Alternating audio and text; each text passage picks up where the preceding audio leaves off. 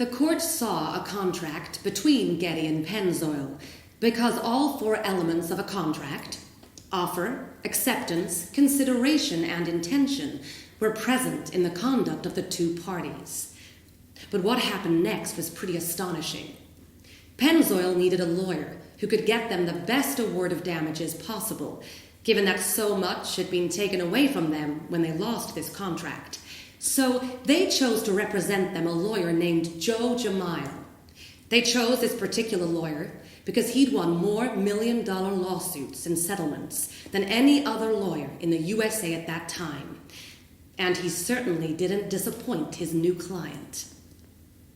The obvious thing for a lawyer to do in these circumstances would have been for Pennzoil to sue Getty Oil for breach of contract, right?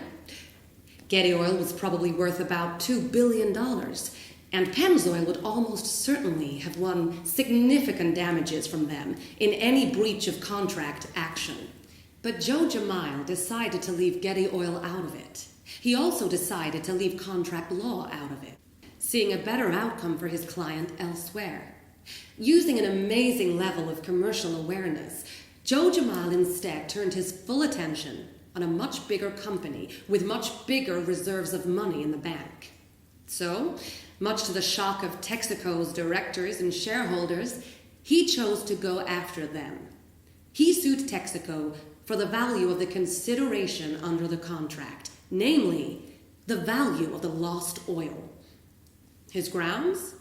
Tortious interference with an established contract. This was a very risky strategy for Joe Jamail because this law hadn't been used very often in the U.S. courts, and never in a case as big as this one. But in the end, it worked for him.